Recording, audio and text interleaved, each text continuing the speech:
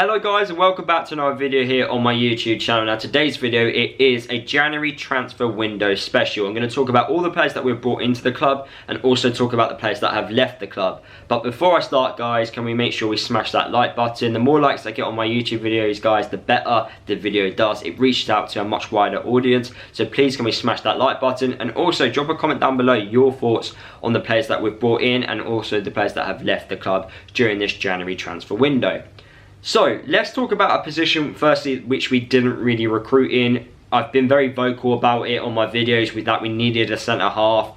Unfortunately we didn't bring in a centre back in. We were linked with a few defenders during the the last day of the window, but unfortunately we didn't bring in a centre back, and I do think that was a mistake. I'm not slagging the board, I'm not slagging the club off. I just think we should have recruited in that position. We probably did try to, and we probably identified a few players there, but unfortunately we just weren't able to bring one in. I just felt we needed someone, even if it was just for a short period of time, because we lacked depth in that depth within that position.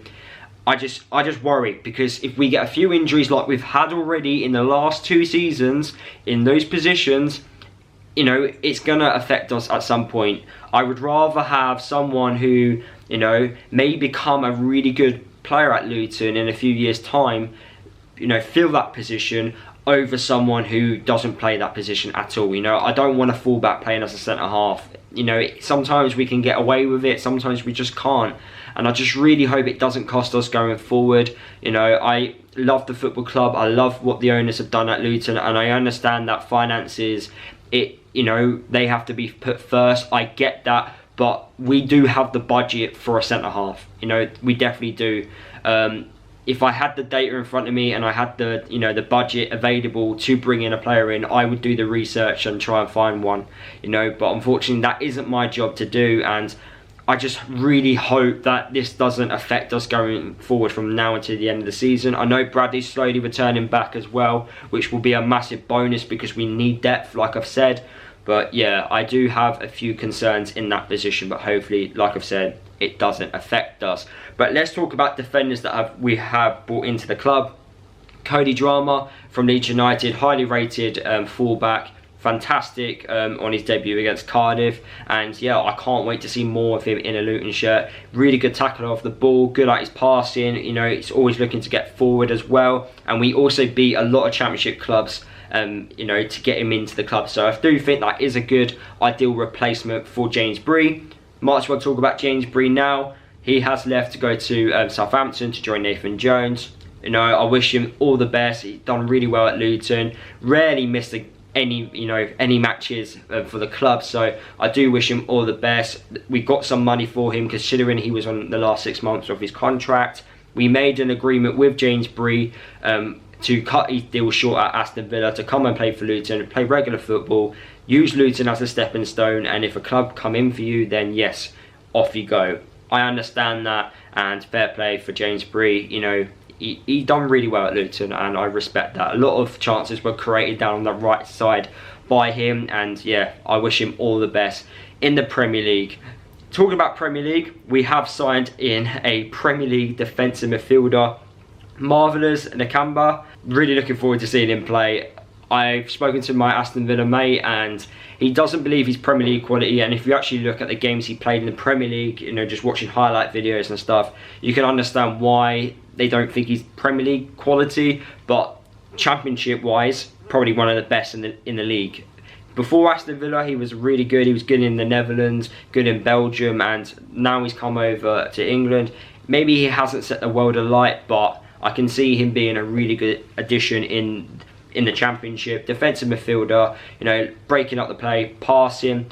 It wasn't an area which I would have recruited in personally. I would have used that money for a centre half, but it's an area which the club feel like we needed to recruit in, so we brought in a player of real quality, and I'm really looking forward to seeing how well he does in a Luton shirt. He cost £10 million by Aston Villa. There's something about him, and it's down to us to get it out of him, and hopefully we can get some good performances out of him from now until the end of the season. New goalkeeper has come in. We have let 2 goalkeepers go out on loan. Matt Macy went out on loan to Portsmouth, and Harry Isted went out on loan to Barnsley. I don't think Isted will actually play for Barnsley, if I'm being honest with you, but Macy has been starting for Portsmouth and actually has been doing quite okay for them. So, you know, they needed minutes, they needed to play some football, so I understand why those 2 players went out on loan. But in replacement of those 2 players going out on loan, we have brought in Walton on a permanent transfer from Barnsley. We love signing players from Barnsley. He was their second choice goalkeeper.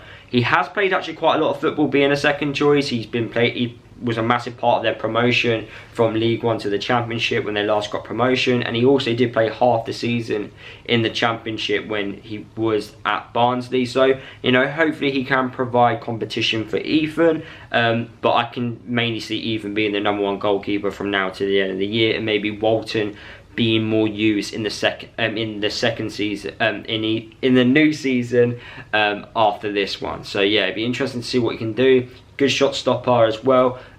He always played a blinder against Luton, so yeah, I'm looking forward to seeing how well he does in a Luton shirt. And the last player which Luton brought in was a young striker called Taylor from Peterborough United. Now, highly rated by the owner. The owner actually of Peterborough came out and said that he is basically a younger version of Craig McHale-Smith. And if we get that version of Craig McHale-Smith, who scored loads of goals for Peterborough, then yes, we've got a good player on our hands. He's definitely a player for the future. He's definitely he isn't going to be a player for now. We needed some attacking options, and that's why we did also recall back Musway, which was important because we did let Harry Cornick go to Bristol City, and Cameron Jerome also went to Bolton. So yeah, we needed some attacking players to come in, and Taylor was that option. Hopefully he's one for the future. Peterborough fans were quite surprised that Luton were after him, so hopefully this one is a work in progress and he does come good. But yeah, we have splashed a bit of money on him, and hopefully, you know, it all works out in the end for Taylor, and we do see him in a Luton shirt in, you know, either this season or in the coming seasons. But yeah, let's talk about those attackers that have left Luton. Cameron Jerome gone to Bolton. Family reasons, apparently, according to what was reported, so I can understand they apparently wanted to move back up north. So yes, he's gone to Bolton. Ideal move for him. League One. I am gutted that he has gone because I still felt he had played a part here at Luton, but he wasn't going to play 90 minutes in the Championship, and maybe with League One being at a much slower pace compared to the Championship, he can, you know, play a lot more minutes and score a lot more goals in League One. I do think he can do a really good job there, so I wish him all the best as well. And then Harry Cornick. It's always gutting seeing a player go who's been at the club for a very long time, but I felt like it was Harry's time to go. Harry, the goal department, it wasn't the best for him. Contribution going forward, you know, it was expected being from an attacking player, but from him, unfortunately, we just didn't really get enough contribution. He was hard working, don't get me wrong, and his pace also caused so many teams problems.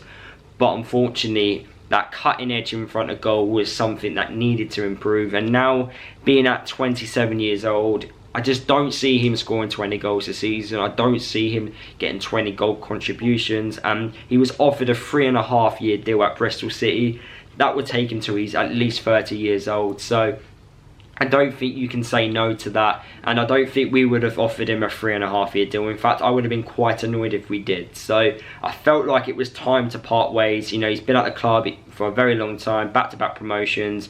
You know, he has done well in certain periods in the Championship, so I do wish him all the best.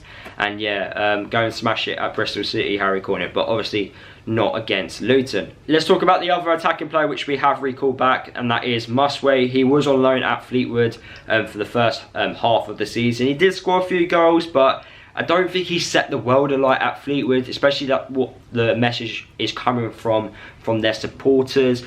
I feel like we need to get something out of him. I do think it's a confidence thing with him. I think we need to just get him to believe in himself, because I do see a player there, I really do. I see a player that, you know, could go on a mad run and beat 3 or 4 players and then score a goal. I can see that coming from him. It's just sometimes I just don't think he believes in himself.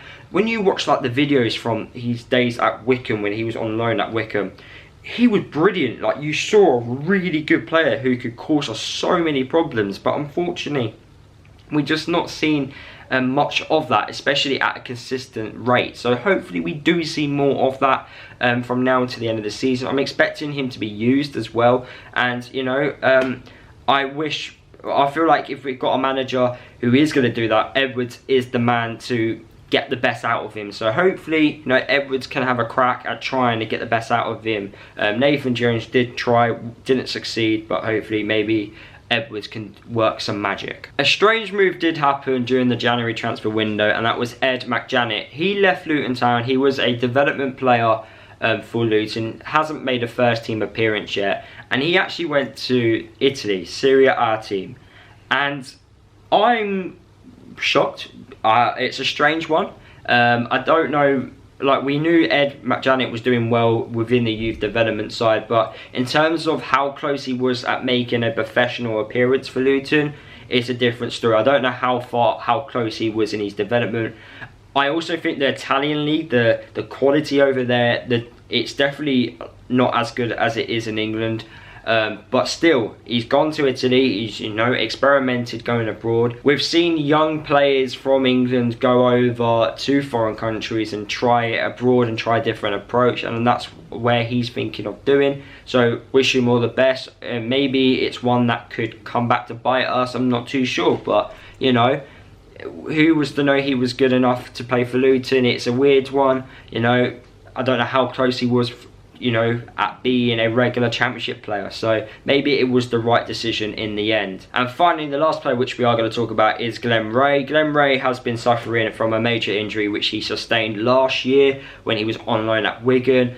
Unfortunately, he's just been in rehab, and he's going to gain some match fitness with Luton within the development side, and then get sent out on loan for the remaining part of the season at Cheltenham. So wish Glenn Ray all the best. He needs to play some football, and he needs to try and stay injury free as well. That's the vital point there. So yeah, hopefully he can stay injury free and get some minutes under him, and then I feel like he will be released at the end of the season. But yeah, that is the end of the video, guys. That is the January transfer window all wrapped up. Like I've said, I wish we brought in a centre half, but it just weren't meant to be. But we have, you know, brought in some good additions in. I'm really excited to see more of Cody Drama and also Nakamba as well. I'm really excited to see how those two players particularly do. But yeah, let's hope that Luton have a very successful second half of the season. And yeah, I'll see you guys all in the next video.